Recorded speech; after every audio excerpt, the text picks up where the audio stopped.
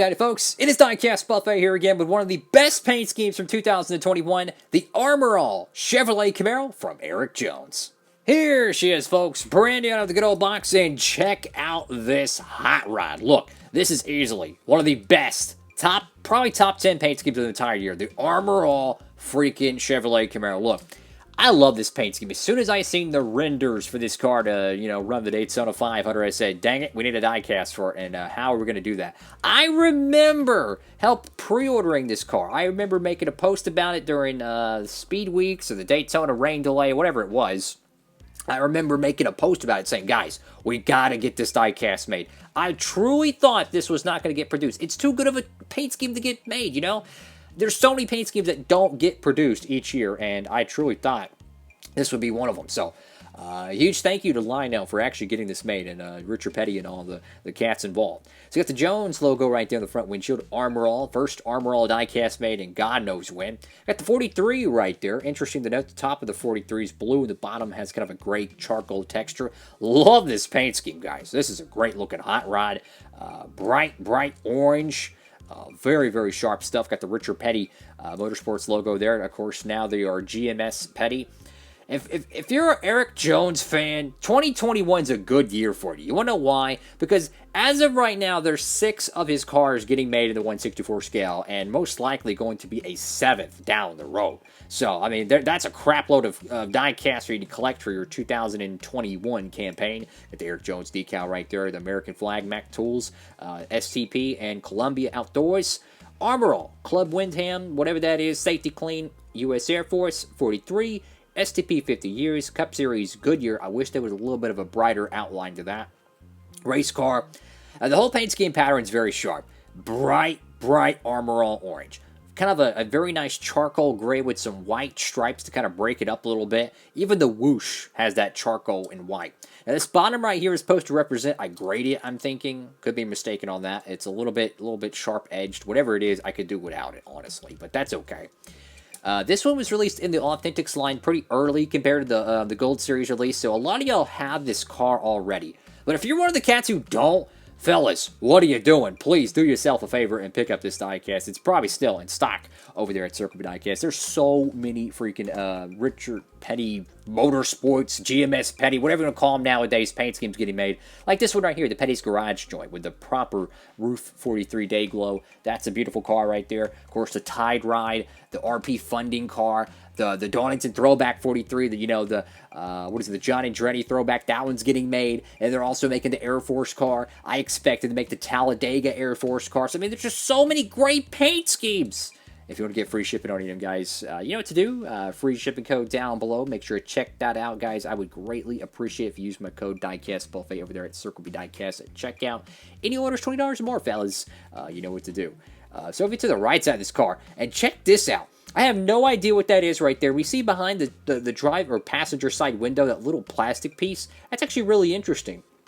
It looks like a piece of plastic that was, when they make plastic pieces, they make a giant tray and they trim off the little excess. It looks like a piece of plastic they forgot to trim, which is kind of a cool little detail there. This is a great looking car. I mean, it really is. You got a little bit of a oopsie there. But the bright orange, the charcoal, and the 43. And another thing I love so much about this car is the 43 is actually proportioned right. Sometimes the numbers get too small. They're not right, though. That is the perfect size for that. It just works. Go to the roof of the car. Now, this is kind of where my pet peeves kind of come in here, guys. So, for years, I have complained about the 43 not having the proper roof colors. Okay, and my point is this. It took them years. It did. But this is how the 43 roof colors should look. Proper fluorescent orange. Now, while God's Green Earth is the top one actually correct and the bottom one looks like, I don't know, it looks like burnt toast. I don't get it. Unless there's a background meaning to it, I have no idea, but they've been doing that for years. If they would have put the proper day glow on this thing, I'd probably give it a 10 out of 10, but unfortunately, I can't. I'm not sure if it's accurate to the real car based on that, but I do wish they would have changed it. But this paint scheme is just really, really nice. If you exclude the roof, that's a hot-looking race car. Of course, you got Check It for Andretti right there on the roof panel. Get Jones right there, a little bit of some excess decal there, and nothing on the deck lid. That was the same thing on the Tide Ride, the Tide Food City car, which is kind of interesting to note. But altogether, though, this is a great looking paint scheme, guys.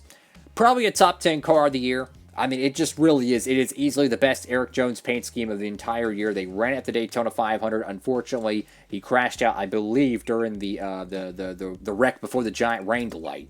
But nonetheless, beautiful, beautiful paint scheme. I am hyped for Daytona. I can't wait for it, guys. And if you're an Erik Jones collector, there's so many pieces getting produced, so you're going to want to pick them up. I know some of them are going to be made in the Authentics line, but I don't think all of them are, so it's kind of tricky to pick which ones aren't and are going to be made. But I love this. This is a great looking diecast. I'm going to give it a 9.7. 9.7 out of 10. The only reason I'm docking it from a 10.10 is the roof number. If you exclude that, that's a 10.10 paint scheme as far as I'm concerned. Everything is well proportioned on the race car. The bright orange, the black spoiler. It is a very, very well done paint scheme, guys. Absolutely recommend this piece. If you haven't already, please do yourself and pick it up. Do yourself a favor and pick it up because I don't know if they're going to make this car in 2022. And if they do, obviously, you know it's going to be a different mold, going to be a different, number position and everything.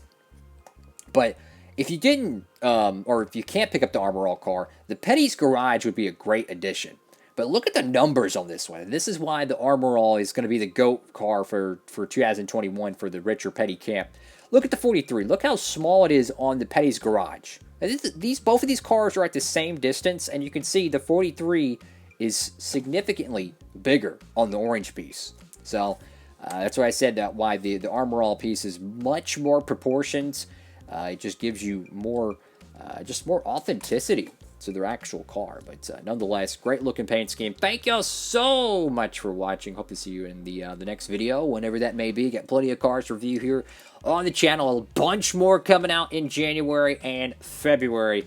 We're talking probably about 20 cars, maybe 30 cars between both months in the 1/64 scale, not including all the Authentics waves. So, crap load of stuff coming out, guys.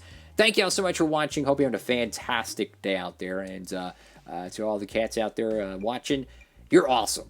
Diecast Buffet signing off.